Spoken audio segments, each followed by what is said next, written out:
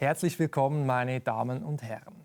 Haben Sie sich auch schon gefragt, wie aus diesem Klumpen Materie ein Ich entstehen kann mit Wahrnehmungen, mit Gefühlen und Gedanken? Vermutlich ist das eines der größten Rätsel der Menschheit. Mein heutiger Gast aber sieht das anders. Dennett ist einer der einflussreichsten Philosophen weltweit. Er ist Atheist, Darwinist und ein Anhänger des Naturalismus. Für ihn sind wir Menschen nicht mehr als ein komplexes Stück Materie. Mal sehen, wo Gott, die Seele und unsere Freiheit da bleiben. Herzlich willkommen, Herr Dennett. I'm delighted to be here. Ja, die großen Philosophen Platon und Aristoteles meinten, die Philosophie beginne mit dem Staunen. Wann haben Sie denn das letzte Mal philosophisch gestaunt? I think almost every day. And sometimes it's the ingenuity of nature, and sometimes it's just the strangeness of facts about the universe. And sometimes I'm amazed at the failures of imagination of some of my fellow thinkers who just don't get it. And I've decided they don't get it because they don't want to get it. They want things to stay mysterious. So they have almost like a moral principle. Don't think about it the way Dennett wants you to think about it, because that's a slippery slide to hell. Okay. Ein Beispiel dafür ist das Bewusstsein, aber darüber werden wir gleich noch sprechen. Mich interessiert jetzt aber, Sie sind ja eigentlich jemand, der all dieses Mysteriöse, dieses Rätselhafte entzaubert. Sie sind der große Entzauberer und sagen, eigentlich ist das alles prinzipiell wissenschaftlich erklärbar. Es geht alles mit rechten Dingen zu, es gibt nichts Übernatürliches. Wann hat das bei Ihnen eigentlich angefangen, diese Einsicht? Wann haben Sie das eingesehen? Oh, I think when I was very young, when I was a teenager, I remember reading Descartes' Meditations, cogito ergo sum, and his dualism. And I think I was 17 at the time. And I was fascinated by it, but I also just made a snap judgment, the way 17-year-olds do. I said, this is beautiful, but it's wrong. And I think I'll figure out why. And it should take me an afternoon or two. And 50 years later, more than that, I'm still going at it. Mhm. Und ich meine, ich frage mich auch, wie sind Sie aufgewachsen? In welchem Umfeld? War Ihre Familie auch so naturwissenschaftsnah und atheistisch, naturalistisch gesinnt? Yeah, not to science. My father was a historian, Islamic historian. My mother was an English teacher. So we were very much in the humanities. But I had an interest in science as a little boy, but never really pursued it in school beyond the regular courses. In fact, I got all the way through undergraduate college without ever taking any proper science courses. I passed my science requirement by taking logic courses and things like that. Aber Religion war kein Thema bei Ihnen in der Familie. Sie sind nicht religiös erzogen worden. Well, I did in a way. In our town in New England, all the children went to Sunday school, and there were lots of Protestant churches and the Catholic Church. And I went to the Congregational Church, which is ultra-liberal, ultra-lenient. Even back then, in the 40s and 50s, it was doctrinally relaxed, shall we say. But I learned a lot. I learned a lot of Bible verses. I learned the books of the Bible. I learned lots of hymns, sang in a lot of choirs, and still love religious choral music. And there's hardly any that I haven't sung, most of it many times. But I never took the creed very seriously. And then I didn't have a great atheist awakening. I just realized I didn't believe it. This was helped along by a very pompous and self-righteous minister whom I simply detested. And I'm sure he drove me towards atheism just because I thought he was a pompous fool. Wir werden in der zweiten Hälfte des Gesprächs noch über Gott, Glauben und den Atheismus sprechen. Ja. Jetzt möchte ich anfangen mit dem hier, mit diesem Klumpen Materie. Und für mich ist das ein unglaublich großes Rätsel. Und Sie sind der führende Experte oder einer der führenden Experten, wenn es um unser Bewusstsein geht. Sie sind Philosophieprofessor und Direktor des Zentrums für Kognitionswissenschaft an der Tufts University in der Nähe von Boston in den USA. Können Sie sich da noch an den Moment erinnern, als Sie zum ersten Mal gedacht haben, was für ein Rätsel, dass daraus ein Ich entsteht, ein Bewusstsein entsteht, Gefühle entstehen kann? I remember as an undergraduate thinking about this and thinking about visual perception in particular. And already I had in my head that the mistake that a lot of people were making was thinking that they had an inner movie running in their head somehow, that there was this show going on inside somehow. And I thought, no, that can't be right. That's got to be subtly incoherent, but I don't see how to tell a positive story to replace it. So I was already beginning to sniff around inquisitively about that idea. And then when I was a graduate student in Oxford, a friend of mine, a medical student, I didn't know anything about the brain, not a thing. I said, what are brains made of? Neurons. What are neurons? And he sat down on the floor, as I recall, and got out a pad of paper and drew a picture of a neuron and connected it to another neuron and told me just basic, what was known in 1963 about neurons. And then I did have a dramatic insight. It suddenly hit me that this was the kind of entity which could be put together in large networks where you could get learning by a process of sort of evolution in the brain. It was that the whole trick about learning, I mean, brains are wonderful learning devices. And how on earth is learning possible without a mystery? How do you do it if you don't have a knowing teacher in there to point the way? It has to be by a process of trial and error, groping around more or less mindlessly until you find connections that work, and then building on those and building on those and building on those. So I had the idea of learning as evolution in the brain back in 1963. And then I later discovered that I wasn't the first one to think of that, or the second or the third. Darwin himself had some ideas about this. It's, I think, pretty well agreed upon now that, in a sense, the process of learning and of discovery and of invention breaks down, if you think of it mechanistically, how the brain does it, it breaks down into cascades of trial and error processes where there's competition, and the winners are better at helping the organism understand than the losers. Man merkt schon, dieses Modell der Evolutionstheorie spielt bei Ihnen überall eine Rolle. Sie erklären auch kulturelle Phänomene wie Religion und so. Und beim Gehirn sagen Sie, es ist sozusagen die Magie, wenn es sie denn gibt, oder der Trick funktioniert durch die Verbindung zwischen einzelnen Nervenzellen, Neuronen. Aber ich frage mich, jetzt haben Sie gesagt, Lernen, das kann man erklären. Das kann ich mir vorstellen, dass dann die Verbindungen zwischen einzelnen Neuronen sozusagen gestärkt werden. Aber Bewusstsein, das Erleben, eine Ich-Perspektive zu haben in dieser Welt, Schmerzen zu haben, Liebe zu empfinden und so weiter. Wie kommen diese immateriellen, mentalen Phänomene zustande aus diesem Materiellen? Das ist das große Leib-Seele-Problem oder das Problem, wie eben Geist und Gehirn zusammenhängen.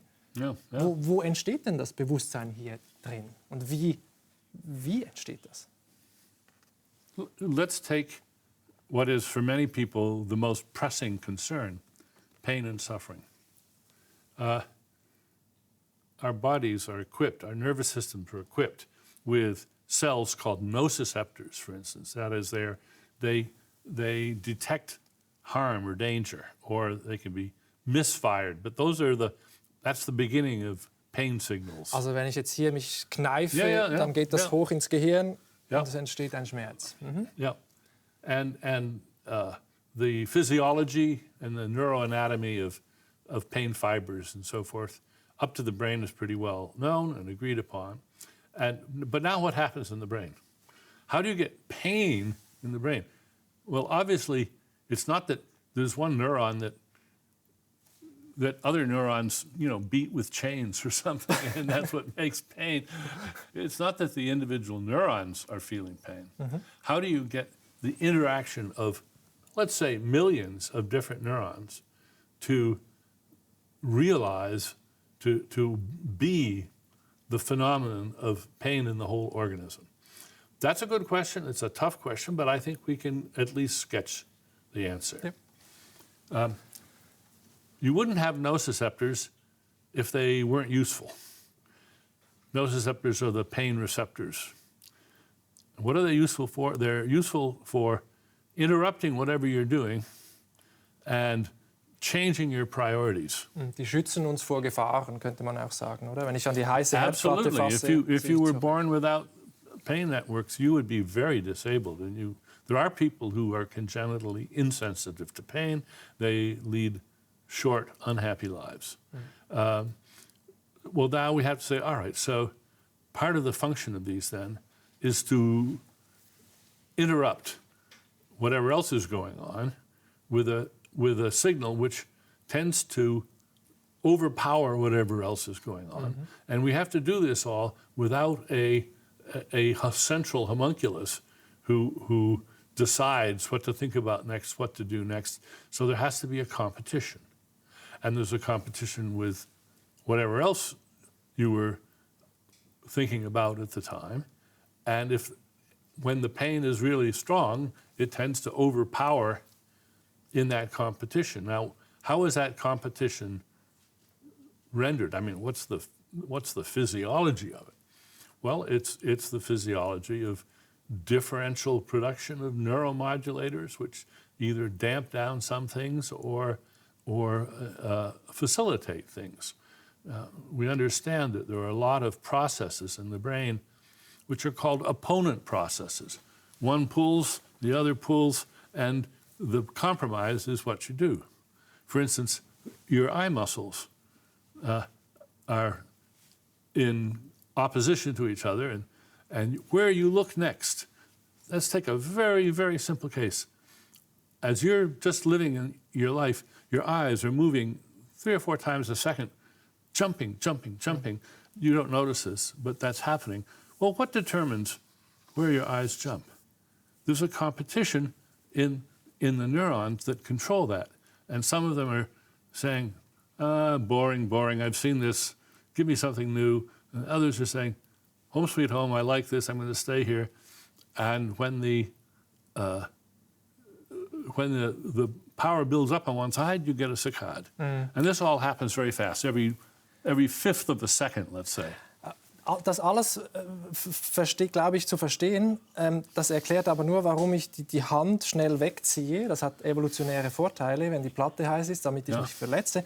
Aber nehmen wir dieses Glas Wasser hier. Also ich meine, das besteht auch aus Molekülen H2O. Die selbst, ein Molekül ist nicht flüssig. Aber ganz viele davon sind durchsichtig und flüssig. Das heißt, es entsteht eine neue Qualität. Und beim Bewusstsein, beim Gehirn ist das vielleicht ähnlich. Es entsteht aus diesem Verbund von Nervenzellen plötzlich Schmerzempfindung, was etwas völlig anderes ist. Das interessiert mich. Wie kommen Sie dahin? Okay, that's the next thing I have to explain. And I will do it very sketchily.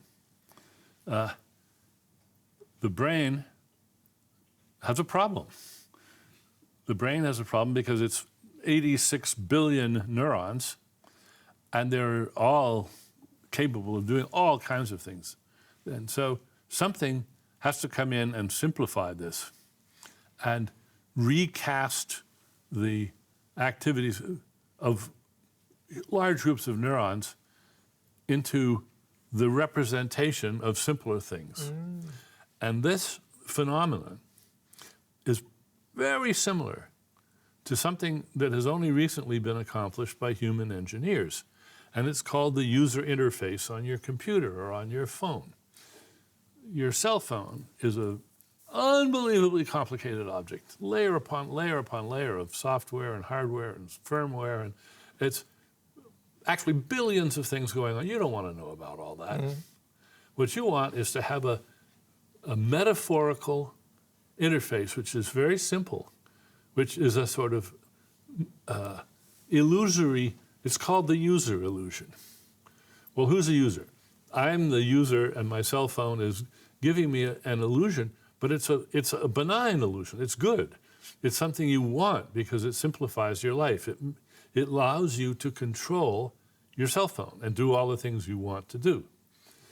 Now, here's the idea. The idea is that the brain has a user illusion of itself. And this means that the brain simplifies for the what do I do next part of the brain, the input that modulates what I should do next.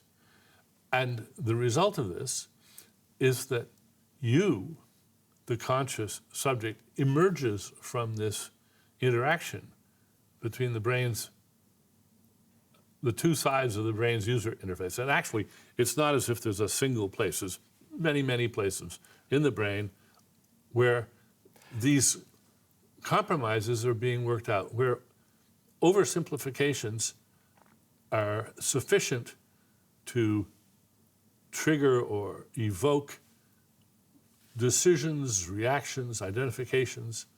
So if we think of some little part of the brain as the this is the part that's going to locate the pain, and this is the part that's going to say how severe it is. Well, different coalitions.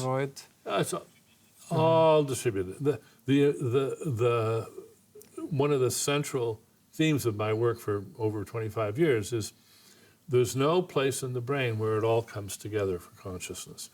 I call that the Cartesian theater. Descartes had the pineal gland right in the middle of the brain. He said that was sort of the fax machine to the soul. Mm-hmm. And everything had to go through there to become conscious. Crazy. Mm-hmm. Brilliant, but crazy. So there's no such place. So all that work, all the work that would be done by the clever, wise, appreciating homunculus in the control room, that all has to be distributed around to entities, neural agencies, that are themselves not conscious. But they do the work. Das Ganze ist ziemlich gewöhnungsbedürftig. Das heißt eigentlich, wenn ich Sie richtig verstehe, dass Ich und auch Empfindungen wie Schmerz sind eigentlich Illusionen, die das Gehirn erzeugt, damit es einfacher arbeiten kann und nicht diese Komplexität irgendwie bewältigen muss. Es bildet Repräsentation der Welt und so weiter. Also es ist. And aren't you grateful for those illusions? They are a brilliantly designed by evolution, a brilliantly designed précis, a summary, a metaphor for what's actually going on outside. Aber wissen Sie, was das Problem ist für mich?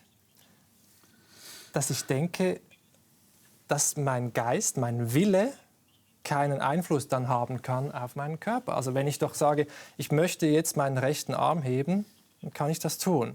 Und dieser Wunsch, der Gedanke war doch zuerst und dann hat sich das Gehirn und der Arm in Bewegung gesetzt. Aber das funktioniert doch einfach nicht in Ihrem Modell. Also wie funktioniert diese mentale Verursachung? That's right. It doesn't work that way in my model because you're imagining the I as being this isolated and distinct subpart or inhabitant of the brain. No. The I is, if you like, the whole brain. And the implementation of your wishes and desires and intentions involves lots of processes that are distributed in both space and time, and that's what determines when your hand goes up. The brain, especially the human brain, has a property which is not sufficiently appreciated, I mean by scientists, maybe it is by poets, and that is that we can think about anything. The representational fecundity of conscious thought is staggering. There just seem to be no limits to it. In fact, it even seems to outrun language. Sometimes we say, words fail me. I can't put in words what I'm experiencing right now. There's a tremendous repertoire of different states. Well, in engineering terms, those are degrees of freedom.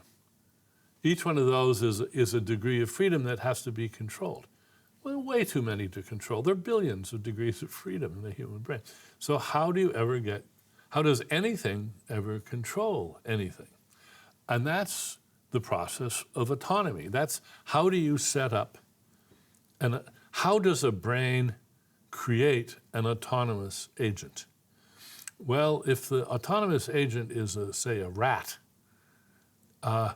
first of all, the brain simplifies and only really represents a small number of possible actions. You can hide, you can sleep, you can procreate, you can fight, you can eat, you can hunt for food, and that's pretty much it. And so there's 5 degrees of freedom right there. Do I do this? Do I do A, B, C, D, or E? Pretty much that's it. There's no F, G, H. Or if they are, they're just variants on the other. Mm. But in us, the number of different things we can do at any moment is staggering. And so somehow, and this is where I'm working right these days, the system, the evolved system, is able to set up processes that determine what you think about next, how you go about executing your decisions, and so forth. So is it all determined? Yeah, it's all determined. But it's determined by the activities of the system itself. Das heißt nicht It's nur, autonomous. aber das heißt nicht nur, das Ich und das Erleben ist eine Illusion, die das Gehirn erzeugt, sondern auch die Freiheit, dass wir sozusagen entscheiden und eingreifen können, dass wir sozusagen die Dirigenten sind, die das Gehirn orchestrieren, dirigieren. Das ist alles nicht der Fall. Für Sie ist sozusagen, dass wir jetzt hier... Actually no. You could say, and some people beg me to say, because that's what they want to say, that free will is an illusion. And I say, well, there is the user illusion part of it. There's the fact that your brain is designed to present you, which is more of your brain, with choices to decide among.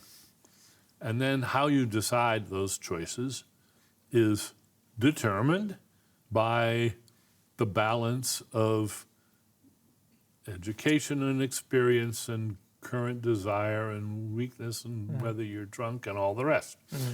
So you have this, but you do have a sort of arena where decisions are made, and that is independent of determinism. Chess-playing computers make decisions. A chess-playing computer is a deterministic system, but it does make decisions. I mean, if you think those aren't real decisions, try to make sense of the competence of a chess-playing program without considering those real decisions. Man kann sagen, die treffen Entscheidungen, aber ich würde sagen, das sind keine freien Entscheidungen. Also, wenn Sie sagen, wir können auch in einer determinierten Welt, in der alles durch Kausalgesetze festgelegt ist, frei sein. Also, ich stelle mir das so vor, wie Billardkugeln treffen aufeinander und so weiter. Das ist auch in unserem Gehirn so. Ja. Dann ist eigentlich, und wir sind ja Teil der natürlichen Welt mit unserem Gehirn, dann ist doch seit dem Urknall steht fest, dass wir beide jetzt hier sitzen und miteinander philosophieren. Und das kann ich doch nicht, das Freiheit zu nennen, ist doch absurd. Well, that's a very familiar and widespread opinion, and I think it rests on a 2,000-year-old mistake. And that is the idea that freedom, in the sense it matters, is incompatible with determinism. And I say, no, it just isn't, in the sense it matters. let me give you an example, a historical example. I used this many years ago in my first book in Elbow Room. The Viking spacecraft was launched from Earth and sent off towards Mars. And at some point, the time it took to get signals from the ground control on Earth to the Viking became too long for practical control. So they had planned on this. They had a switch. They threw that switch, and the Viking became autonomous. It was no longer under the control of them. It was a self-controller. Now, there's nothing mysterious or metaphysical about that. Control theory in engineering makes very clear what the difference is between A controlling B and B controlling B. Self-control is independent of determinism. Now, self-control, autonomy in that limited sort of engineering sense, it starts with something quite simple, like the Viking or like an amoeba or a clam. But as you add degrees of freedom, the idea of being autonomous becomes more and more interesting and more important. Because once you get a system which is capable of doing billions of different things, but decides which of those billions of things to do, yes, the decisions it makes are determined by the state of its brain, which in turn is determined by its history and its genes and all that. But it is still the case that it isn't determined by outside environmental forces. It is determined locally by the current state of the computer that the brain is. And that's a kind of autonomy. And when you get to people like us, organisms like us, it even has a moral dimension. Daraus folgt doch auch, dass auch künstliche Systeme wie im Computer, Roboter frei sein können, Freiheit haben können, aber auch Bewusstsein haben können. Ich verstehe Sie so, dass wenn diese Objekte sich so verhalten, als ob sie frei wären oder Bewusstsein haben, Gefühle haben, Wünsche haben, dann haben sie es auch. Mehr muss da nicht sein. In principle, that's right. In practice, the degree of complexity that a robot or an artificial intelligence would have to be like us in, as it were, morally significant ways is immense. But yes, in principle, after all, I've said for years, are there conscious robots? Sure. I'm one. So are you. We're robots made of robots made of robots made of robots.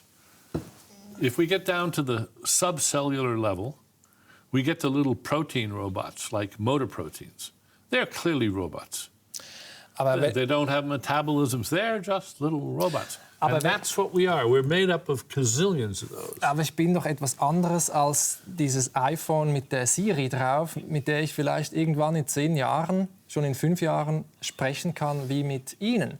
Aber diese Siri hat doch kein Bewusstsein, die hat doch kein Erleben und keine Freiheit. Das ist doch, würde ich sagen, es gibt ja dieses... Not now. And I think, in fact, giving Siri consciousness, would it double or triple or quadruple the size and complexity of Siri? No, it would be 100 orders of magnitude more complicated. People should take scale seriously here. An amoeba, is it conscious? Well, it's alive. It doesn't have a nervous system. It's one cell. But the protein cycles, the chemical cycles of reaction inside the amoeba are a sort of nervous system that determine its behavior, and it's autonomous to a surprising degree. It protects itself to a surprising degree. And so does every neuron in your brain. Aber eine Amöbe reagiert doch nur auf äußere Reize. Die ist doch nicht frei und autonom.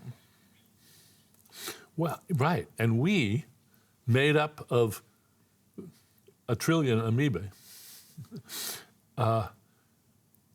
and they are all, as you say, they're robotic. They only react to external stimuli, but they do have agendas. Mm-hmm.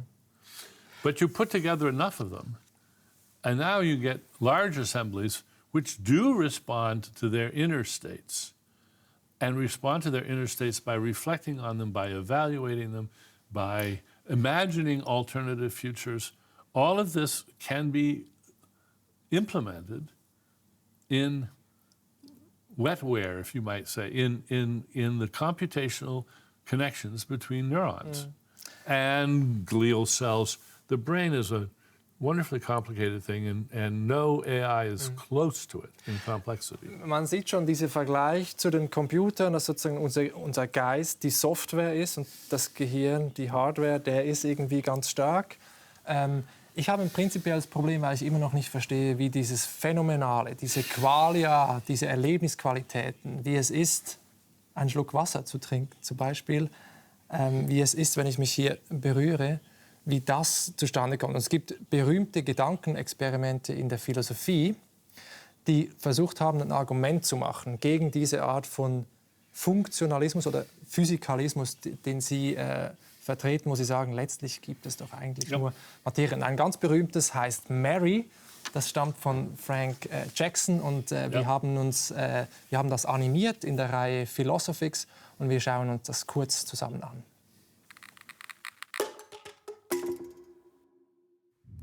Dieses wabbelige Etwas befindet sich unter deiner Schädeldecke. Ein faltiger Wackelpudding, bestehend aus Milliarden von Nervenzellen, die pausenlos auf Sendung sind und auf Empfang. Da drin soll unser Bewusstsein, unser Ich zu Hause sein? Aber wo genau? Wo stecken unsere Wahrnehmungen und Gefühle? Und wo unsere Seele? Könnte es vielleicht sein, dass unser Geist im Grunde nichts anderes ist als unser Gehirn? Ist letztlich alles nur Materie? Also auch wir selber nichts als Materie? Wer das glaubt, kennt Mary nicht. Sie ist die führende Expertin, wenn es um die Wahrnehmung von Farben geht. Sie weiß alles über Wellenlängen, über die Retina vom Auge und über die Verarbeitung von visuellen Reizen im Gehirn. Sie kennt alle wissenschaftlichen Fakten und weiß haargenau, was vor sich geht, wenn wir Farben sehen. Der Haken an der Sache ist, Mary hat selbst noch nie einen farbigen Gegenstand gesehen. Weder eine rote Tomate noch den blauen Himmel. Sie befindet sich nämlich seit ihrer Geburt in einem Raum, in dem es keine Farben gibt. Ihre Kleider sind schwarz-weiß, ihre Haare schwarz. Sie kennt nur schwarz, weiß und grau. Alles, was sie über die Welt und die Farbwahrnehmung weiß, hat sie in Büchern gelesen. Doch eines Tages öffnet sich, wie von Zauberhand, die Tür nach draußen. Mary traut ihren Augen kaum. Auf einmal sieht sie das, was sie jahrelang erforscht hat: Farben. Bisher wusste sie zwar sehr genau, was in ihrem Gehirn passieren wird, wenn sie jemals Farben sehen würde. Nun aber erlebt sie, wie das ist und wie es sich anfühlt.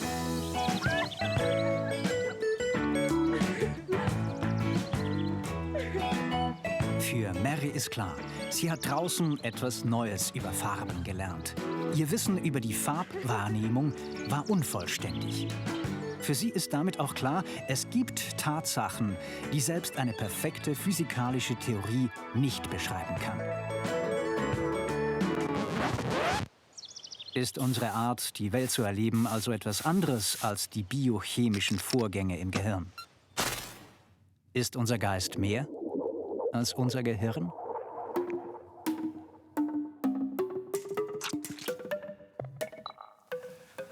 Ja, Herr Dennett, das ist doch sehr überzeugend, oder? Dass man das Bewusstsein letztlich vollständig nur aus der Innenperspektive erfassen kann. Frank Jackson's thought experiment, Mary, the color scientist, is very convincing, and it's entirely spurious. It is a broken intuition pump. And I'm happy to say that Frank Jackson has recanted. He agrees that it does not make the point that he wants to make. And I've been arguing against it for years.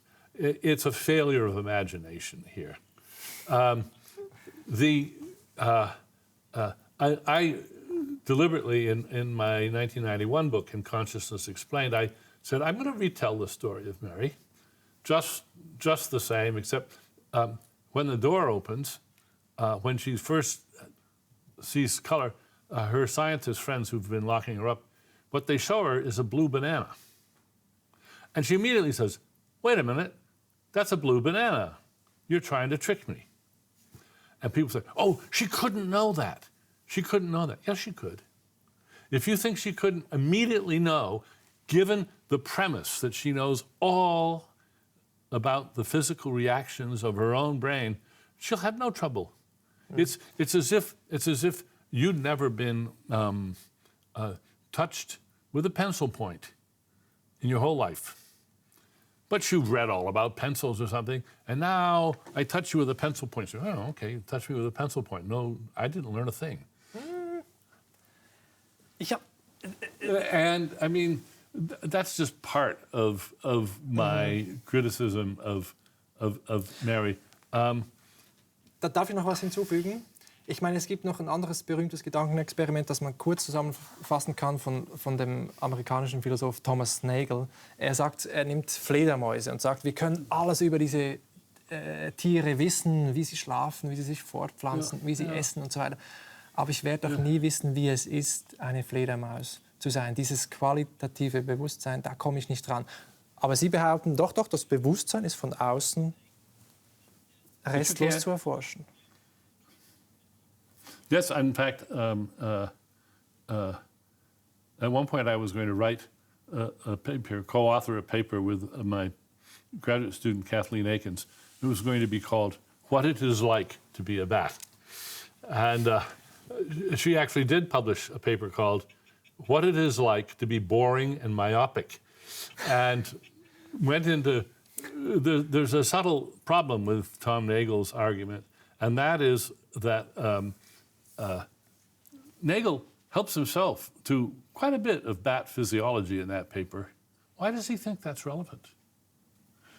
If it's relevant, then more would also be relevant, and more would be relevant too, and more would be relevant too. And the claim that we cannot imagine what it's like to be a bat is, he never argues for it. He never argues for it. He just insists upon it.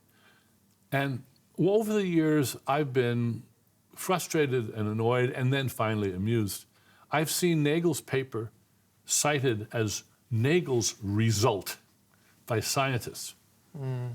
If you look closely at the paper, you'll see there isn't an argument in it. He assumes that we can't know what it's like to be a bat, and then his arguments are all about the implications of that. And he's just wrong in his assumption. There's no, the idea that there's nothing, that there's information that we can get from the inside that we can't ever get scientifically is just, I think, broken back. By the way, Tom and I had a little impromptu debate on this in New York City just a month ago. And it's online, and Nagel leads very confidently with, I've known him for, over 40 years, 50 years. And he said, where do you think science gets its authority? He made it an issue of authority, and there's the authority of the first-person point of view, and there's the authority of science. And I pointed out to him that the authority of the first-person point of view is just bogus. In fact, we know very little about our own consciousness, and a lot of what we think we know is false. We have no insight at all into the medium of consciousness. We only have insight, we only know about the content. A retired artificial intelligence researcher named Richard Power recently sent me a letter where he made the point crystal clear, and now I'm citing it very often.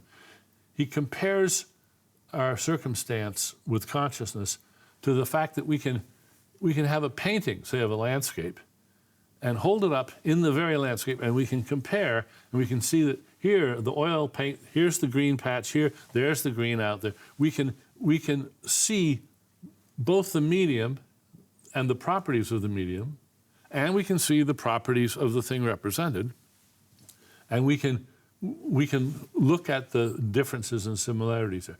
We cannot do that with our own experience. We have no access to the medium at all. The medium is, in fact, spike trains in neural networks, and that's nothing that we have any access to, but that is the medium, and the properties of that medium are what determine the contents that we experience. And when we recognize that we just draw a blank when we try to compare the two media, then we invent qualia to be the things we're looking at. And that's just wrong. That's just bad theory. That's not introspection, that's bad theory. Ja, aber es ist intuitiv so überzeugend halt deswegen. Ich könnte Ihnen stundenlang zuhören, Sie merken das. Ich möchte noch einen Schritt weiter gehen. Sie sind einer der berühmtesten Atheisten, neben Richard Dawkins, den Sie auch sehr gut kennen, mit dem Sie 2003 zusammen die Bewegung Brights gegründet haben. Und erzählen Sie dazu. Actually, we didn't create it. That was created by two wonderful high school teachers, retired high school teachers in California. They named the movement. We just both learned about it. Okay. We were reporting on it. We were the messengers, not the creators. Worauf ich hinaus will, ist, dass für Sie auch Religion eine Idee ist, die durch die Evolution irgendwann entstanden ist. Also der Glaube an einen Gott. Sie selbst halten Gott für eine Fiktion, die in bestimmten Hinsichten nützlich sein kann.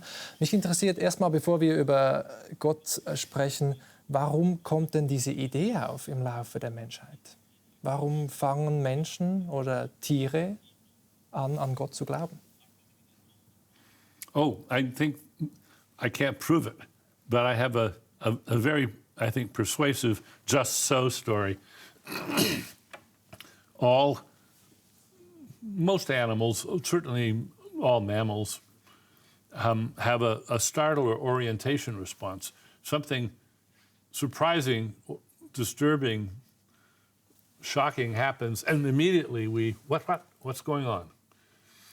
Your dog may be snoozing at your feet on a winter night, and snow falls off the roof and lands, bang, on the ground outside, and the dog jumps up. That's it. In us, unlike the dog, we don't just stop there. In fact, the dog will jump up and bark. And basically, the dog is looking around and saying, who's that? Not what's that? Who's that? Because maybe it's an intruder. Maybe it's, who knows? But treating it, finding an agent where there isn't one is a very good strategy evolutionarily. Now, what we do, human beings, what our ancestors did, is they would, be out in the woods at night and hear some shocking noise, and they would think they saw, a tree goblin and a talking tree. And pretty soon, the idea recurs to them, and there's somebody there with them, and one says, was that a talking tree? No, there's no such thing as a talking tree. Oh, yes, I think there was. No, maybe not. By the time they get back to the village, and the word gets around, Joan heard a talking tree. And it becomes one of the local invisible agents. And all the elves and gremlins and ogres and fairies of folklore, this is how they're born. They are born out of this recursive imagining triggered by surprising experiences which we can't otherwise explain. What happens then is the ones that survive are the ones that are unforgettable. the ones you want to tell your kids about. And so it goes, and that gives us polytheism. And then we get an evolution down to monotheism, and we're off. Aber warum sind Sie so sicher, dass diese Wahrnehmung, dass man da irgendwie etwas zu sehen meint, dass das Fiktion sind und dass die Leute nicht sensibel sind für einen Bereich der Realität, der wirklich da ist? Also was macht Sie so sicher, dass es keinen Gott gibt? Woher wissen Sie das? How can I be sure there's no Santa Claus? No Easter Bunny? No Loch Ness Monster? I can't. Maybe there will turn out to be, but I'm pretty sure. I say, as Richard Dawkins says, probably there's no God, and I mean very probably. I think it's no more likely that there's a God than that there's a Santa Claus. Das heißt, Sie können I'm aber sorry if I'm shocking children that will hear this broadcast. Aber das heißt, Sie können diese Annahme, diese Hypothese nicht widerlegen, sondern Sie sagen nur, es spricht halt zu wenig dafür. Es gibt keine Beweise, dass es Gott gibt. Yeah, but when that's the case, very often there's very good grounds for treating one of the alternatives as the least likely and just discarding it. Bertrand Russell had a famous example. That's he can't prove there's no teapot orbiting, I can't remember which planet, Saturn, let's say. Maybe there's a silver teapot orbiting Saturn. He can't prove there isn't, but forget it. Yeah. Wissen Sie was, Herr Dennett? Wir haben dieses Beispiel, dieses Gedankenexperiment vorbereitet. Russells Teekanne. Schauen wir uns das zusammen an. Okay. Darf ich vorstellen? Das ist dein Nachbar. Er ist zwar ein netter Typ, hat aber ein paar seltsame Überzeugungen. Zum Beispiel die hier. Er glaubt, zwischen der Erde und dem Planeten Mars kreise eine Teekanne um die Sonne. Bisher hat noch niemand diese Teekanne gesehen, denn sie ist zu klein, als dass sie durch ein Teleskop beobachtet werden könnte.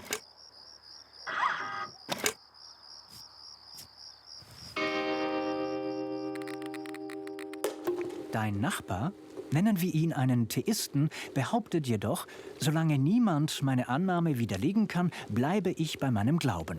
Was nicht widerlegt ist, daran darf geglaubt werden. Doch stimmt das? Fakt ist, es gibt unzählige bizarre Hypothesen, die nicht widerlegbar sind, wie etwa die Annahme, dass unsere Welt von einem fliegenden Spaghetti-Monster geschaffen wurde.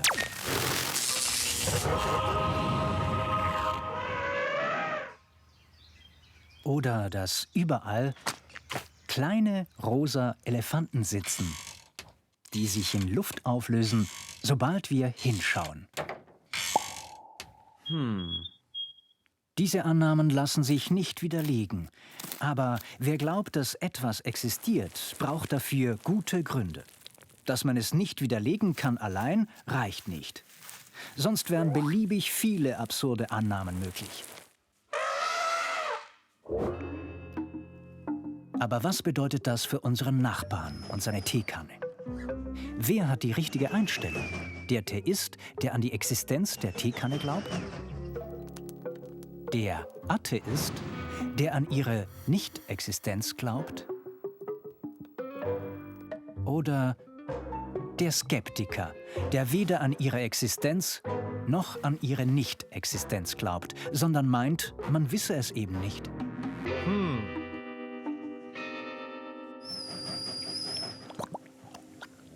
Und wie steht es um den Glauben an die Existenz Gottes?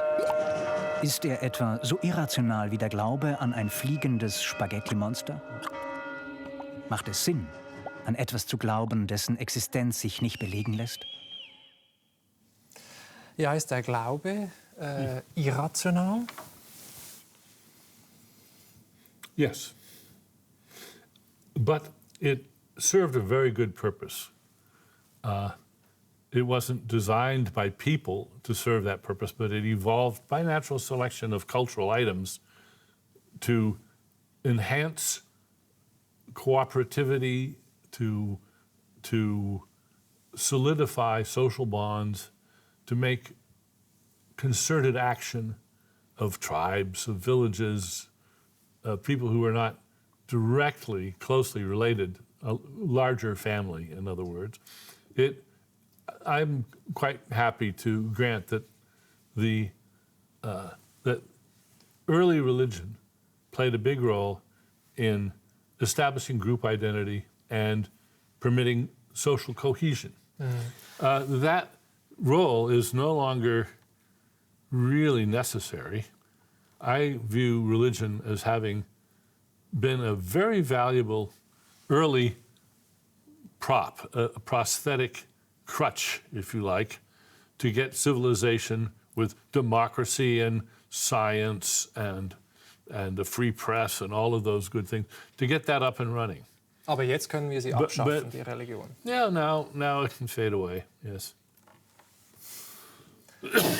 Was können wir denn von Religion lernen, außer dieser Gemeinschaft? Also das Thema Sinnstiftung ist ja schon was Zentrales. Und Menschen, die gläubig sind, spüren auch einen gewissen Halt, einen gewissen Sinn in ihrem Leben. Wie ist das bei Ihnen? Gibt es Momente, wo Sie sich wünschen, gläubig zu sein?